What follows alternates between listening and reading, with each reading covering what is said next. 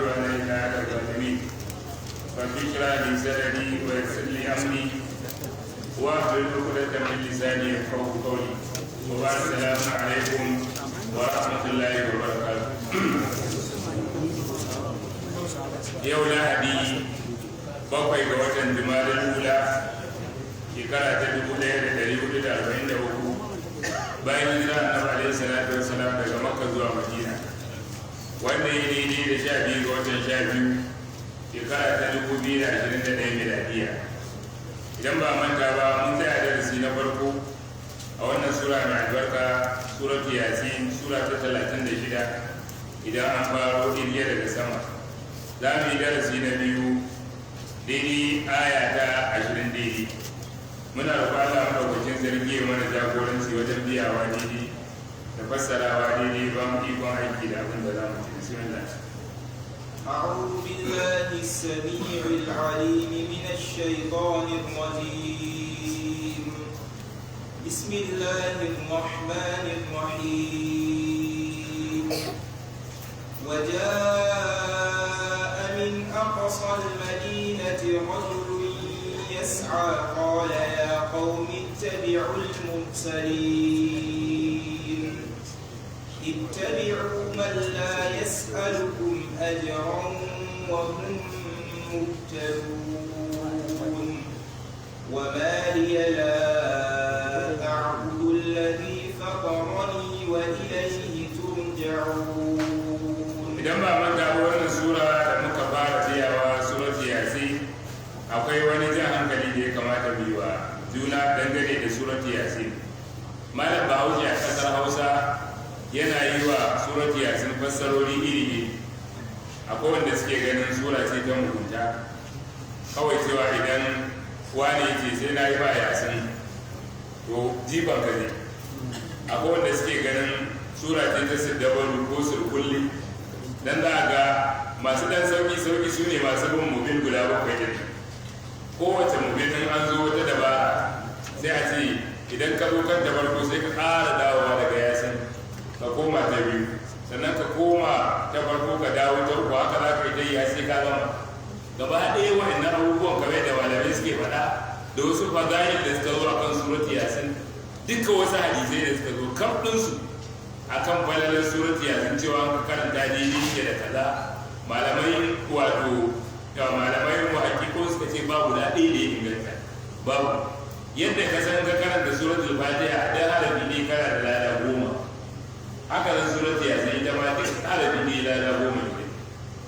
Amma wai ta abubuwan da canfa da abubuwa ana so a jikin ko a Yasin da Yarbas tun daga kasa za a fara biya ta har sai an zo sama. Ana so kuma a jirgi wani ko abin da ya kama da wannan. Gaskiya ma an zara lawa biha min sultan,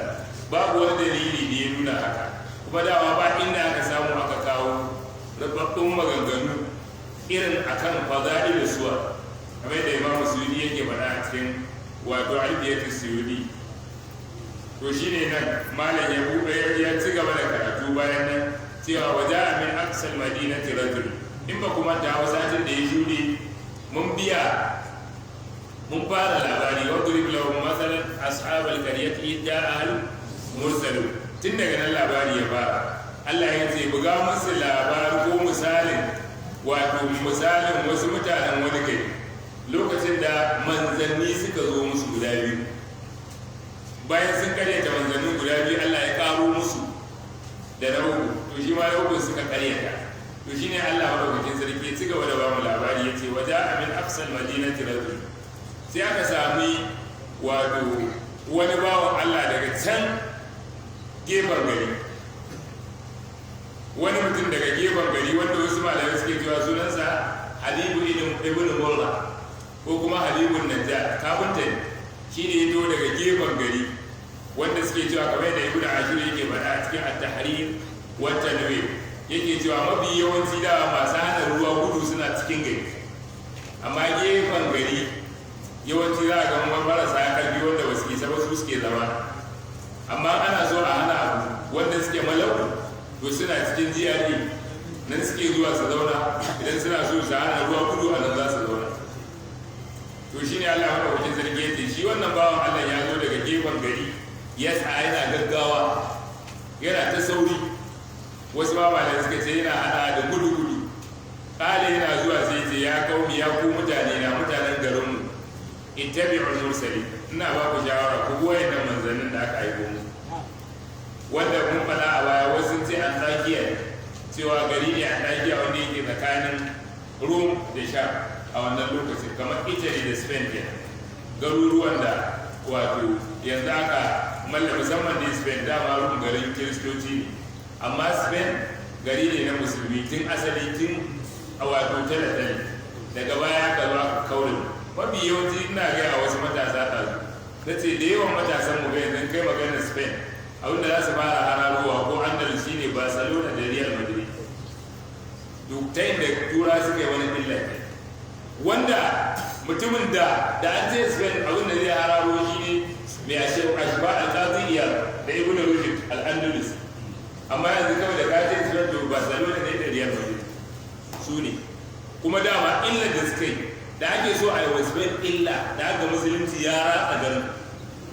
sai aka turo 'yan mata matasa da matasa maza da mata, musamman mata sai aka sa musu son waƙoƙi kawai. Za a ga yaro mai basira amma zai hau bishiya ya wa budurwarsa baiti 100 yana bishiya bai sauko wasu daina karatun addini gaba ɗaya, wallahi da haka suka yi illa, wanda mu ma yanzu wannan yakin ya shigo in kun lura za a ga waƙoƙi suna ci, wannan gazul fikiri ne da suka ga ba za su iya yakar Andalus da makani ba, sai suka yi amfani da wannan dabara kawai, cewa bari a turo musu wani abu da zai shagaltar da su, wasanni da waƙoƙi kuma su suke ciyar. In ana so mutum ya so yana so ya ci zaɓe sai amfani da celebrities yanzu, zai ga matasa an yi laikin mutum miliyan 2.5, mutum miliyan 3, an ci mu da ya tintin. Domin ma a wannan gabar mai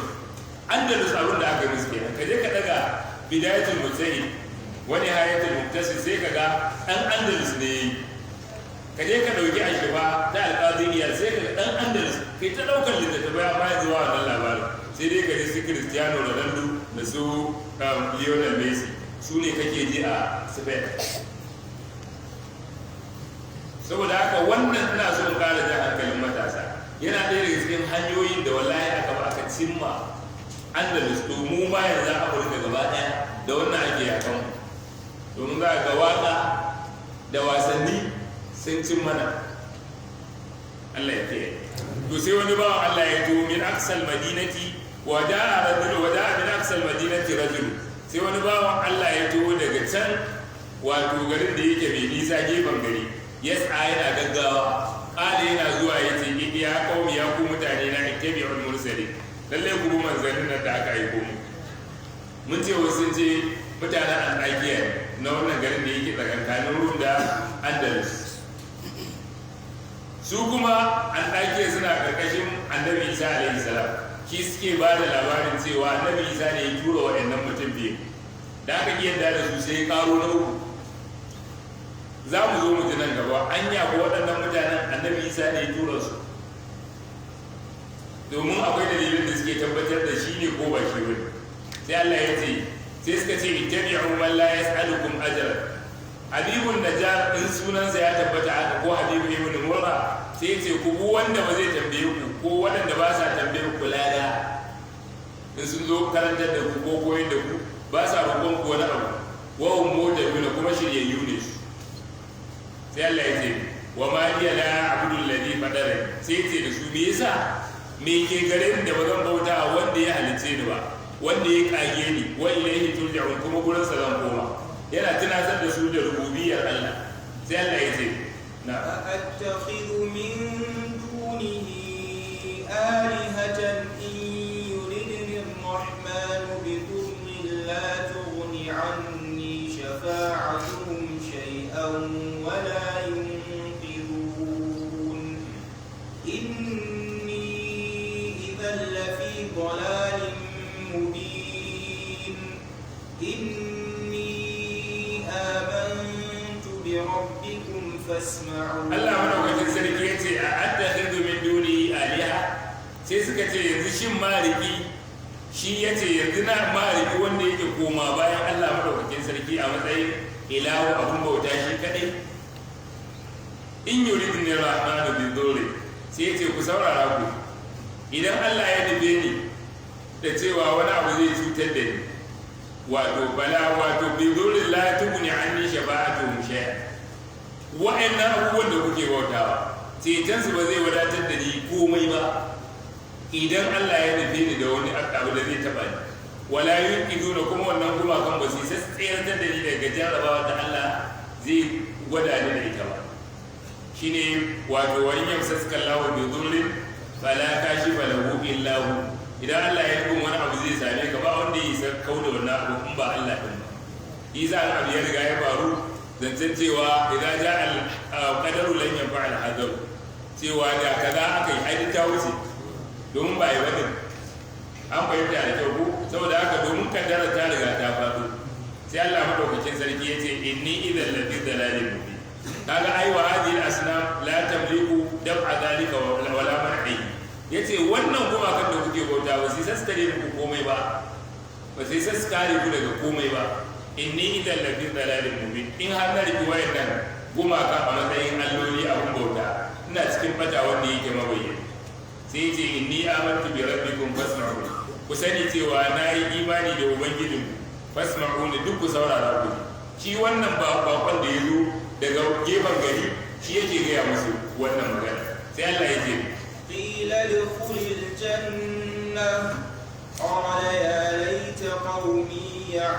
ya'lamun bima ghafara li rabbi wa ja'alani min al-mukramin Allah madaukakin sarki yace qila dukhulil janna sai aka ce udkhulil janna kaga mabniun lil majhul qila aka ce sai ka nemo abubuwa uku a ciki na farko waye ya faɗa sannan me yace sannan waye ga yawa idan mabniun lil majhul ya zo dole irin wannan bukata ake shine afala ya tadabbaru na alqur'ani kai tadabburi na alqur'ani ka gano me waye magana sannan waye ga yawa sannan me yace sai Allah ya ce qila dukhulil janna an ce shiga aljanna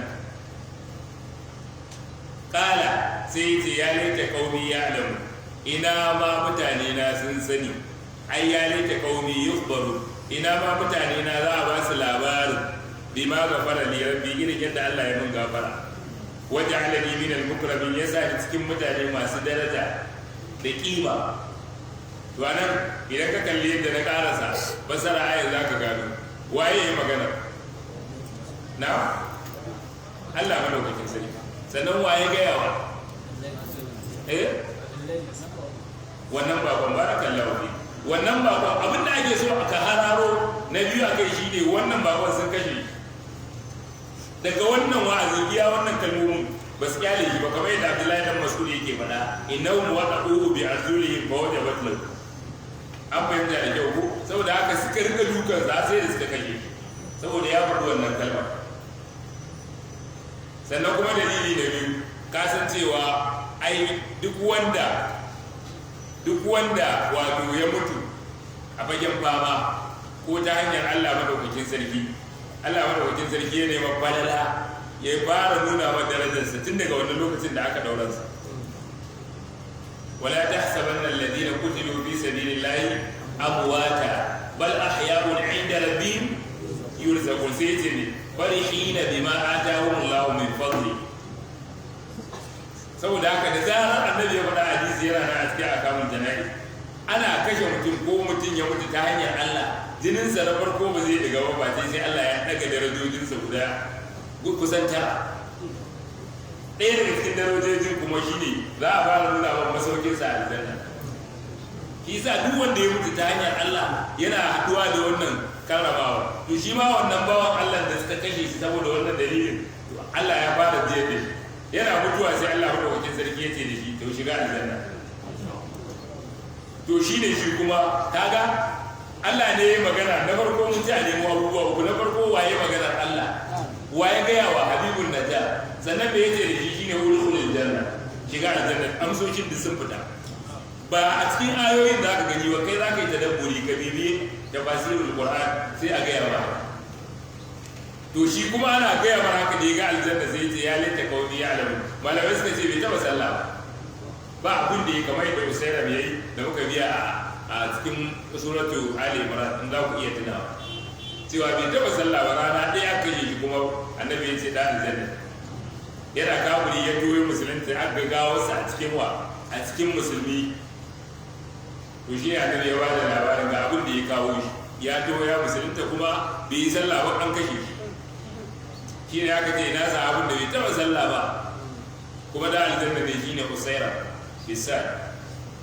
to shi ne sai ya ce ya linta qaumi ya alamu ina ma mutane na wannan da suka kashe ni dawa da ya zo cewa mutanen sa yan garin ina ma sun sani ayyus baruna ina ma za a ba su labarin halin da nake ciki bi ma gafara li rabbi irin gafar da ubangiji na yi ka ƙarin bayani ko shi bi ma gafara li rabbi irin gafar da ubangiji na yi waja'alani min al-mukramin domin ya sanya ni cikin masu daraja sai Allah ya ce na wa ma anzalna ala qaumihi min ba'dihi min jundin min as-samaa'i wa ma kunna munzilin in kanat illa sayhatan فإذا هم خامدون to kaga wannan maganar da wato malai ƙara bayani yake cewa Abu Mijlas yana cewa abin da yake ƙara wato ƙarfafa maganar cewa lallai wannan dalilan da muka kawo guda uku cewa wannan bawan Allah ya sa shi aljanna yace da yace bi ma gafara li rabbi waja'alani min al-mukrami ay bi imani bi rabbi yace ƙarin bayani akan ayar ana magana akan cewa wato Allah ya karrama ni ne saboda imani na da nayi da ubangiji na wa tasdiqi al-mursalin da gaskata wannan manzannin guda uku da nayi sai ce maqsudi annahu law idla'u ala ma hasala min hadha thawab abin da yake nufi shi wannan bakon cewa da za a nuna musu irin ladan da na samu da sakamako da ni'ima da nake ciki da wamamiya laqadahum zalika ila ittiba'ir rusul wallahi su ma da hakan zai sa su bi manzannin barahimahullahu wa radiya anhu domin Allah ya ji kansa kuma ya yarda da shi bada karka da halisan ala hidayati qaumi to jin wannan sai yake kudai ila ba wa'annan bayan Allah su ma Allah ya shirye da su gane hanyar da ya bi to shine Allah madaukakin sarki yace wa ma anzalna ala qaumihi min ba'di Allah madaukakin sarki bi saukar akan mutanensa ba bayansa min jundin minas sama Allah bai saukar da wata rundunar daga sama ba wannan ayar ta take nuna cewa ba annabi Isa bane wa ma kunna munzilin kuma ba mu saukar ba abinda ayar take magana akai shine wani yace kubiri ta'ala annahu taqaba min qaumihi ba'da qatlihim iyyahu Allah ya yi musu hukuma bayan sun kashe ghadban minhu ta'ala alayhi li'annahu kadzabu rusulahu domin sun karyata manzanninsa wa qatalu waliyahu sannan sun kashe waliyinsa shi wannan bawa Allah da aka kashe waliyin Allah to shi ne Allah wanda kuje sarki yace malai yace wa yakuru ta'ala annahu ma anzala alayhi wa ma ihtaja bi ilahi iyahum ila inzal jundin min al malaika Allah wanda kuje sarki bai saukan musu da azaba ba ko bai kawo malaiku da za su kawo musu wato da za su saukan musu da azaba ba kamar yadda aka yi wa ashabul fil tarbiyin bi hijaratin min sijil kaga ashabul bil ay turo wato tsuntsaye aka yi da wutar jahannama da duwatsu na jahannama a bakin suna saka musu to da Allah madaukakin sarki ya ga dama sai sako ɗaya daga cikin rundunoninsa domin su ne jundin wa ma ya'lamu junuda rabbika illa hu a cikin rundunar ubangiji akwai tsuntsaye akwai corona an fahimta ko saboda haka rundunar Allah tana da yawa duk wani abu da Allah zai aiko ya zo ya taɓa wani sashin mutane kowa ya ji a jikinsa jundun wato minan lahi an fahimta da kyau ko runduna ce daga Allah madaukakin sarki to shi ne yake gaya mana ana yake cewa to da Allah ya ga dama sai ya turo mala'iku balil amru kana aisaru min zalim al'amarin ya fito ya fi sauki mai sauki ne dangane da haka Abdullahi dan Mas'ud ne yake faɗa wannan wa ma anzalna ala qaumihi min ba'di min jundin min as-sama ai ma ka sarnahu bil jumu Allah ya ce ba mu dauke su ba gaba daya da mun ga dama sai mu turo da rundunar wani abu ko mala'iku kamar yadda suka agazawa annabi alaihi salatu wasalam a yakin Uhud da yakin Hunayn da yakin Badr da sai a turo mala'iku su yi musu dauki daidai amma ba a turo ba. Dalilin da yake nuna cewa wayannan mutanen ba zamanin annabi Isa aka yi su ba, domin daga kan mun biya da ku a baya, daga kan annabi Musa Allah bai ƙara turo mala'iku sun kifar da wani gari ba gaba ɗaya, ba taɓa ba. Alhali su mutanen Antakiya da ake cewa su ne mutanen wannan garin da annabi Isa ya zo su har da shi ba, gaba ɗaya sun yarda da shi, saboda haka ga ba su bane.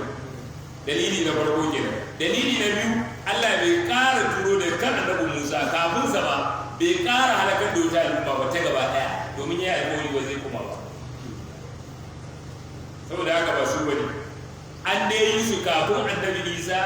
da kuma annabi Musa alaihi salam. Wannan zaton shi yafi inganci. Za a ga wasu suna ɗaukar lokaci suna faɗaɗa bayani akan cewa lallai sai ka gamsu cewa wato annabi Isa shi ya aika su. Gaskiyar magana an mutum yana bin al-muhaqqiquna min al-mufassirin zai gane cewa ba zamanin annabi Isa aka yi su ba. Kawai an yi su a wani lokaci da Allah bai ga dama gaya mana. Kawai abin da ake so ka ɗau darasin shikenan. Da ya ga dama faɗa zai faɗa sunayensu sannan kuma ya faɗi garin da aka yi, amma bai faɗa ba. To kai ma sai ka bar shi yadda yake.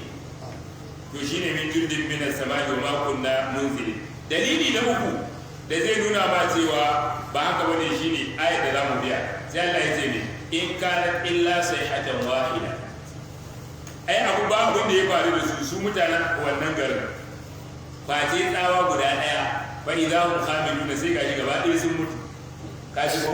wanda Allah ya yi wa annabi alƙawari tun da kan zamanin annabi Musa ba za a ƙara halakar da mutane gaba ɗaya gari ba.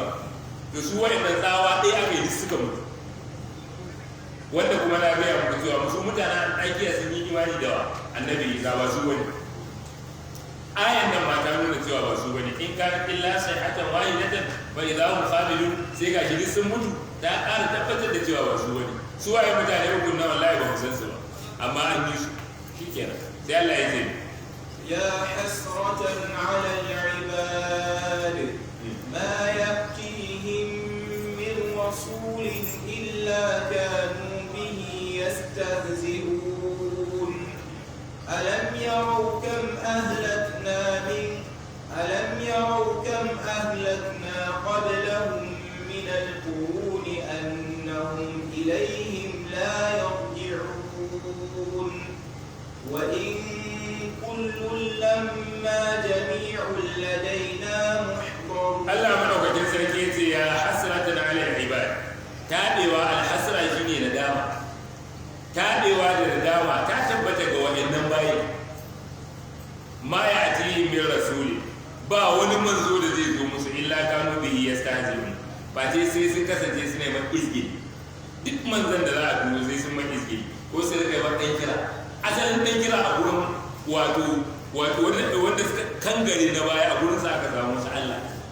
Su ne annaba sun zo wucewa sai Allah ne a ce a dan kira shi yadda dai ake dan kira a yanzu. Asalin dan kira shedanin bayi su suke yi. To sai Allah madaukakin sarki ya ce alam yarau, shin ba kwa gani wani irin gani? Domin aka yi magana akan gani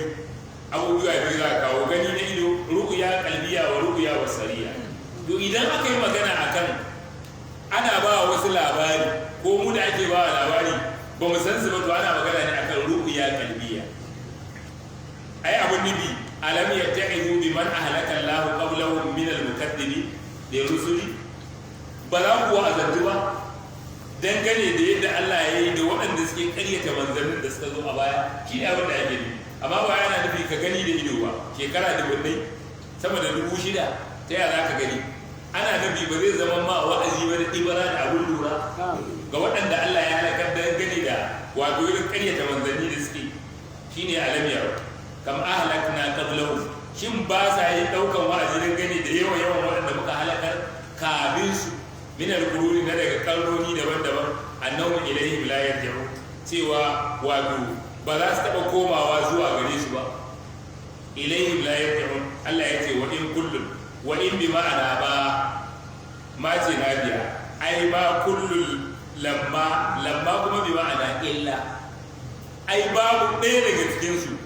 illa jami'ul ladaina muhdarun, ba ce sai sun zo gaba ɗaya zuwa gare mu, sun halarto gare mu. Wancan zancen da suke cewa annabi ilayhi la yarji'un ba haka bane, ai jami'ul ladaina muhdaruna, cewa gaba ɗayan su za su halarta a gaban mun ji Allah madaukakin sarki ba wanda zai buyan mana sai Allah ya ce وآية لهم الأرض الميتة أحييناها وأخرجنا منها حبا فمنه يأكلون وجعلنا فيها جنات من نخيل وأعناب وفجرنا فيها من العيون ليأكلوا من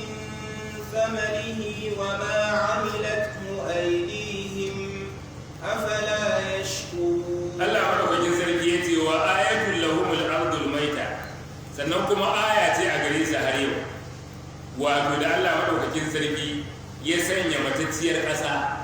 sai ya zamto a hayaina Allah ya ce muka rayar da ita za ga ƙasa ta bushe ta mace ba komai kore ko ɗaya a kanta Allah ya ce mu saukar da ruwa mu rayar da ita wa akhrajna minha habban har mu fitar da ƙwayoyi daban-daban daga cikin wannan wato wannan ƙasar da muka rayar wa minhu ya'kulun daga wannan ƙasar za ka ga suna ci inda Allah madaukakin sarki wannan ma ayat sai ce waje Allah biha jannatin sannan muka sanya gonaki akan wannan ƙasar da muka rayar bayan ta mutu sai ce min nakhil muka sanya gonaki na dabinai wa anabin da inibi sai Allah ya ce wa fajjarna biha min al-uyun sannan muka rika gudanar da idanun mareman ruwa akan wannan kasar ko kuma akan wannan gonakin wanda za su zo su agaza su taimaka wajen rayar da gonakin da ko da damuna ta ɗauki liyakulu min samari idan su rika ci daga kayan marmari wa ma amilatu aydihim wannan kayan marmarin da suke ci ba hannunsu ne ya fito da su ba Allah ne ya fito da su ko kuma wasu malamai suka ce wa ma amilatu aydihim da ababen da kuma suka shuka da hannunsu amma wannan fasarar ta farko ta fito da ma'anar karara cewa abin da ya fito din nan ba dabara hannunsu wace da fito da shi Allah ne ya fito da shi afala yashkuruna kaga karshen ayat zai nuna ba ba za su gode wa Allah ba ka shuka abu ka koma kana ta addu'a zai fito ba zai fito kuma Allah ya fito da shi ai sai ka gode ba to wannan ayoyin mu kalle su da kyau cewa wa ayatul lahumul ardul maytatu ahyaynaha wa akhrajna minha habban fa minhu ya'kulun sai ce waja'alna biha jannatin min nakhil wa anabin malamai suke cewa da Allah ya ce mun sanya lambuka ko gonaki na dabino da ilimi an kawo waɗannan guda biyu ne saboda wato mahimmancin su domin duk cikin kayan marmari shugabannin su waɗannan biyu da dabino da ilimi dan ka je ka tambayi masu ilimin tsirrai dangane da abin da ya shafi dabino da ilimi dabino ne shi sa annabi ya ce duk lokacin da mutum ya buɗe baki ya zo buɗe baki ya ci dabino domin shi ne yake da sinadaran da duk ɗan adam yake bukata guda 46 dabino nan shi sa na na Maryam da ta shiga wahala ta sha wahala gaba ɗaya babu chemical energy Allah ya ce ta ci dabino shi sa ga ana ba masu naƙuda a daidai yanzu idan ba su ta zo dab da wato naƙudar ta za a ba ta dabino saboda yana da nutrients a jikinsa saboda haka sannan kuma shi ne mai sifa ta ɗan adam cikakkiya ai annabi ya taɓa tambaya na ku iya tuna wani hadisi wanda annabi ya ce wace bishiya ce take da yanayi tsari irin na mumini wanda ya ce kaza wanda aka yi ta faɗa daga baya annabi ya ce da nino ne Abdullahi da Umar na zaune a majalisar yana yaro da suka fito da mahaifinsa za su tafi gida sai ya ce aka wallahi na san bishiyar shiru ne sai ya ce na ga ba wanda ya faɗa sai ya ce me yasa ba faɗa ba ya ce ai na ga duk manya ba su faɗa ba ka ji ladabi sai ya ce to ai na ka faɗa ni da ya zama mun abun alfahari cewa ɗana ne ya faɗa saboda haka shi ne bishiyar dabino dabino shi ne da yake da sifa da ɗan adam duk yadda yanayi yake za a ga dabino baya kaɗewa duk yanayin da zai zo baya kaɗewa sannan babu wata bishiya mai taurin rai a duniya irin dabino domin masu ilimin botany sun ce a zamanance yanzu suna magana cewa akwai dabinin da yana nan tun zamanin annabi Isa yana da har yanzu da ransa shekara 6000 har yanzu sannan dabino ne wanda kaga yanzu duk bishiya kamar zogale in kana so kuma fitowa cire kansa gaba daya zai kuma fitowa in dai da ruwa dabino zogale na fitowa yana da taurin rai an fahimta da kyau ko wato abuwan kai idan ka cire maka kai ka gama da shi amma idan duk abin da za ka cire a cikin dabino a zogale zai fito kana cire shi amma dabino kuwa idan ka cire kowane bangare a jikinsa kowane iri ne zai rayu kowane iri abin da nake so ce zogalen ka cire maka kai zai ci gaba da rayuwa amma dabino ka cire kai ya tashi ya mutu kenan shine ba da suka ce haka dan adam in ka cire ba hannu ko wani dalili ya sa aka cire hannu ko kafa za a gan shi mutane nawa muke gani ba hannu ba kafa wani ma babu duka kuma yana rayuwa amma ba ka taɓa gani an cire kai ya rayu to shine suka ce tsarin dabino tsarin da adam haka yi zogale yanzu idan ka je yanzu ka cire kansa gaba ɗaya ka sare in maka wasa ba za a ga in dai ruwa ya ƙara fitowa sai ga yana ƙara tsirowa amma banda dabino shi sa Allah da ya nuna wa Nana Maryam ajaibu qudrati wajen kututturan dalilan ta je wanda ya tashi daga aiki sai Allah ya ce wa husi ilayki bi jiz'in nakhla tasaqatu alayki rudaban jadiya dan a nuna mata wata kudura cewa yadda Allah ya halicci dalilan nan me yanayin siba ta dan adam ya ƙara halittarsa wanda ya mutu gaba daya to haka tsarin wato shine da ya ƙara halittar wani halitta a cikin ciki domin ya nuna mata cewa a ɗabi'a dabino larabawa sun san cewa in yi aka yanke kansa ya mutu kenan to yadda ya rayar da dabinan nan domin ta shiga damuwa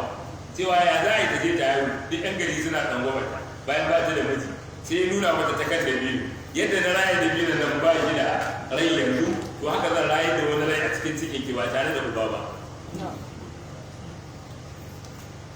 to saboda haka dabino da inibi Allah madaukakin sarki ya buga misali da su ne domin wani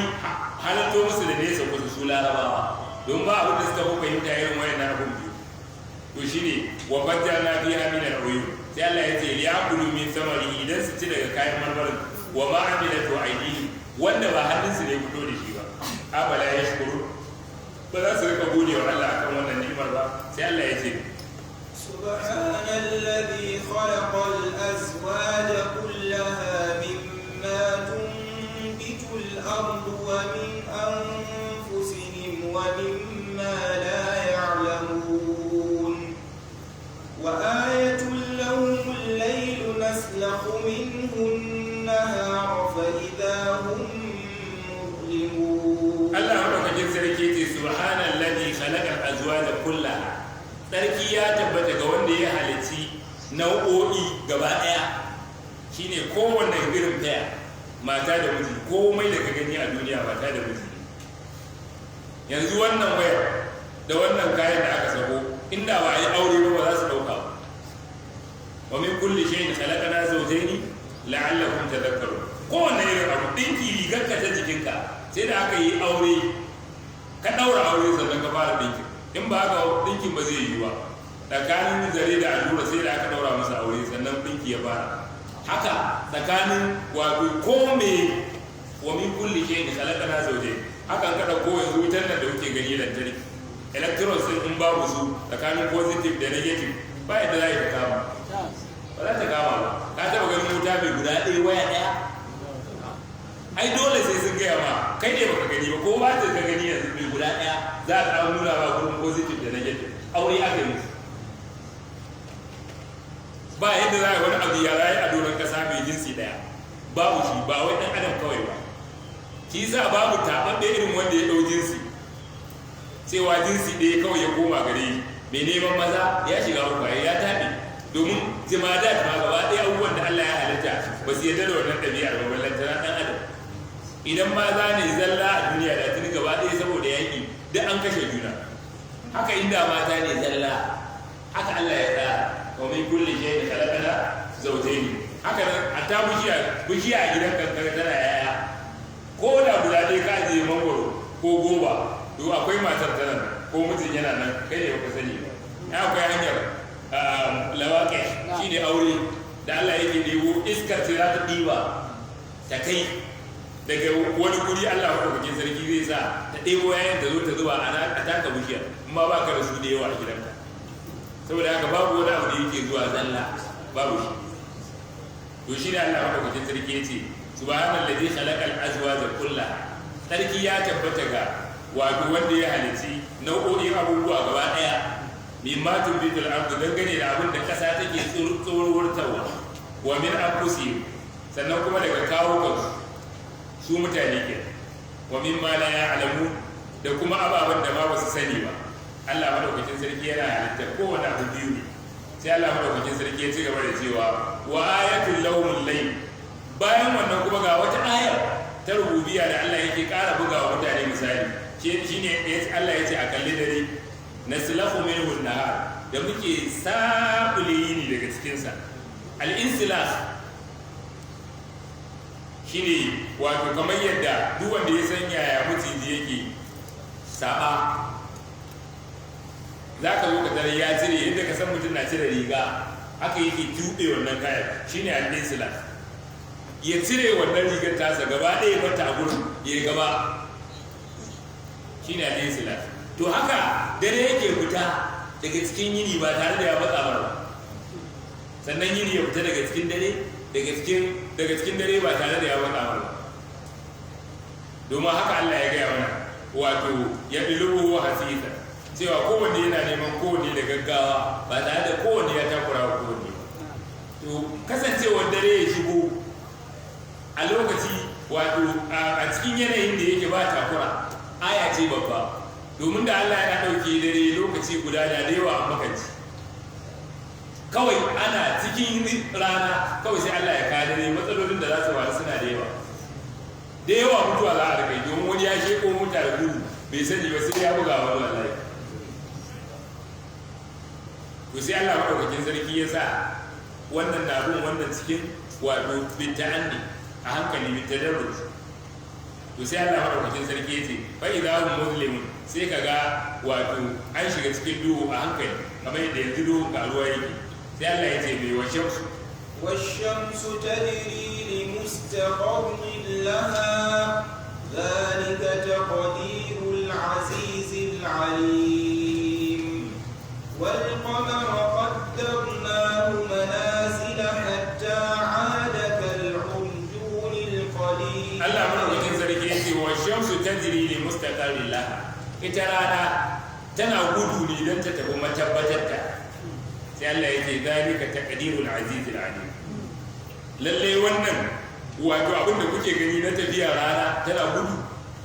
sai Allah ya ce wannan kaddarawa ce ta al-aziz wanda ya fi karfin kowa al-alim kuma wanda yake ya sani yana sane ya sa rana a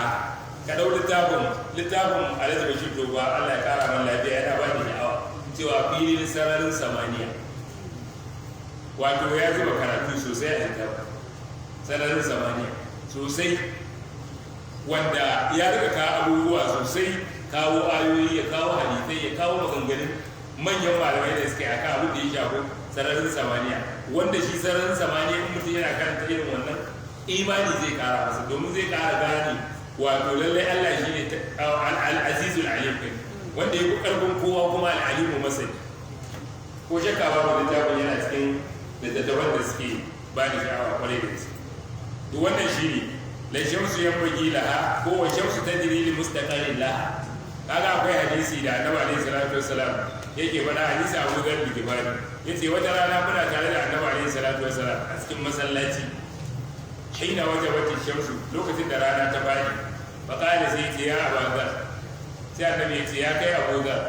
aina tadhhabu shamsu kaga inda rana take tafiya jundub bin junada qultu Allahu wa rasuluhu a'lam sai yace Allah da manzo su suka sani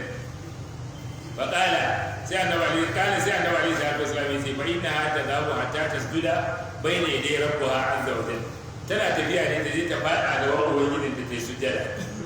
abinda rana take kullun ta tafi faduwa ke ta je ta fadi ga wani ubangiji fa tastaziru fi ruju'i fa yu'dhanu laha sai ta ce ya ubangiji a bani da ba zan koma sai Allah ya ce koma kullun haka ake da rana kullun idan ta je ta bada ta sujjada a gaban Allah sai kuma ta nemi izinin dawo wa ka'annaha qad qila laha irji kai ka ce an ce ne ta to kuma min haisu jiki daga inda kika fatarji ila madlaiha sai ta koma mahudarta wa zalika mustaqiru hanan ne matabbatarta summa qara'a sai annabi ya karanta wannan aya yace wato wa shamsu tajri li mustaqarrin laha rana tana gudu ne zuwa ga matabbatarta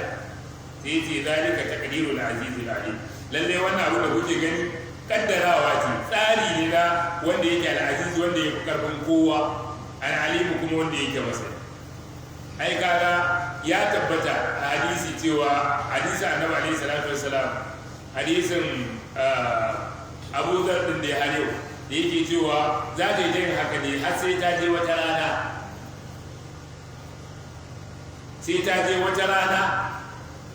lokacin da za ta je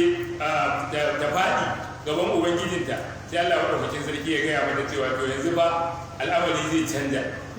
ta inda kike fitowa ta nan za ki faɗi ta inda kike faɗuwa ta nan za ki bullo to shine babba alama ta shi alƙiyama babba kiyama ta zo ke tana zuwa kuma sai a ce da ita to yau ba koma kwata-kwata to shine Allah maɗaukakin sarki ya ce wa zalika taqdirul azizul alim lalle wannan kaddarawa ce ta ubangiji madaukakin sarki wanda yake wato wanda yake karfin kowa masani kuma sai yace wal qamara qaddarnahu shi ma wata mun tsara masa manazil wasu masaukai hatta ada har sai ya dawo kal urdunil kadim kamar sillan wato abin da yake cikin dabino wata yan zangar ya yalwa sai ya koma haka alkadim wanda yake da dadde ana ba da misali ne akan yadda wata yake rayuwa kwana biyu ne kawai baya rayuwa kafin wani ya ƙara kullowa zai tashi yana ɗan mitsitsi kamar sartse yadda kaga sartse haka annabi ya ba da misali haka wata yake idan aka haife shi haka yake towa yana ɗan jaririnsa zai ta girma har ya zo yana jariri tun yana hilal ya koma kama daga nan kuma sai ya ƙara juyawa idan zai mutu din kamar yadda muke cewa wata ya mutu sai ya ƙara koma yanayin sanada jaririn nan sai kuma ya mutu gaba ɗaya haka wata yake shi ne hatta da kalmar zunin kalim sai ya koma yadda ka san sangar tsohon zangarniyar dabino tsohon zangarniyar dabino haka wata yake koma sai Allah ya ce لا الشمس ينبغي لها أن تدرك القمر ولا الليل سابق النهار وكل في فلك يسبح. Allah ya ce la shamsu yanbaghi laha an tudrika al-qamar ita kwarana bai dace da ita ta riski wata ba ko da dai bai dace ba wala laylu sabiqun nahar sannan kuma dare ba zai taɓa riga ya yini ba saboda haka sai yini ya zo sannan dare yake zuwa wa kullum amma ba kowanne da tsakanin dare tsakanin rana da wata fi falakin a hanyar sa yasbahu ne yake ninkaya kowanne hanyar sa yake dare ko hanyar sa rana ta ba hanyar abuwan rana ta ba hanyar ta wata ya ba hanyar sa kowanne nasu tsari yake da wannan ayar malamai suka yi ta magana akan cewa na shamsu yan bagila an tudiri kalkawar babu yadda za a yi bai dace da rana ta riski wata ba wannan lailu sabiqun nahar sannan kuma babu yadda za a yi dare ya riga yini zuwa a daidai wannan gabar ne malamai suka kai ruwa rana akan cewa idan aka haifi mutum annabi alaihi salatu wasallam ya ce kullu mauludin murtahinun bi aqiqati kowanne wa bayu batu bawu yau musabi'i au kama qala kowanne abun haihuwa a rataye yake da abun da abun yankansa na suna saboda haka za ku yi mai yanka ne ranar irin bakwai ba nan in ka koma wajen ibn al-qayyim a cikin tobatul walud ya akalul mawlud za ka yi da malamai suka tattauna akan idan aka haifi mutum yanzu a yanzu nan rana ta faɗi yaushe za a yi suna na ranar yaushe ranar lahadi haka muke yi ko ba wuce haka yake an haihu ranar lahadi ranar lahadi zai to amma yadda tsarin yake annabi ya ce ranar yinin bakwai to kuma annabi alaihi salatu wasallam ya ce wannan lailu sabiqun nahar ba yadda za a yi dare ya riga yini zuwa yini ne yake fara zuwa sannan dare saboda haka yaushe ne yinin jaririnmu da aka haifa yau na farko yau din nan ko gobe litinin to kaga gobe daya shine yin sa na farko haka ne sannan ranar talata yini na biyu laraba yini na uku alhamis yini na hudu juma'a yini na biyar asabar yini na shida ko lahadi ini na bakwai idan a ranar an haife shi yau rana ta faɗi saboda haka yininsa na farko shine ranar litinin talata laraba alhamis juma'a asabar lahadi daidai ne kenan idan ya tafi haka ko saboda haka kaga daransa na farko shine daren litinin shine daren farko a yadda tsarin yake idan abin da nake so in ce idan an haifi mutum ranar kamar yanzu yauwa misalin yadda zai fita an haife shi ranar lahadi kafin rana ta faɗi nake so in ce kafin rana ta faɗi bayan azahar a yau to kaga yau lahadi shine yininsa na farko an fahimta da kyau ko litinin yini na biyu talata yini na uku laraba na hudu alhamis na biyar juma'a na shida asabar yini na bakwai idan da rana aka haife idan da dare ne babu da iskali domin mun ji yadda lissafin ya fita amma an da rana ne to ga yininsa ya fara daga wannan yinin za a irga kun fahimta ko shi sa idan aka yi ba haihuwa in dai wato da tsofaffi ko ga kyalin su kawai ba ruwanka amma idan kana da kai ne alfa omega to wannan lissafin za ka yi cewa da rana aka haihu to ta kama ka ba cewa ba yau din nan lahadi za ka haihu za ka yi yanka ba rana asabar za ka yi domin shi ne yinin sa na bakwai annabi kuma cewa yau musami'i amma wannan idan mutum ya hango ya samu matsala to sai ba an kai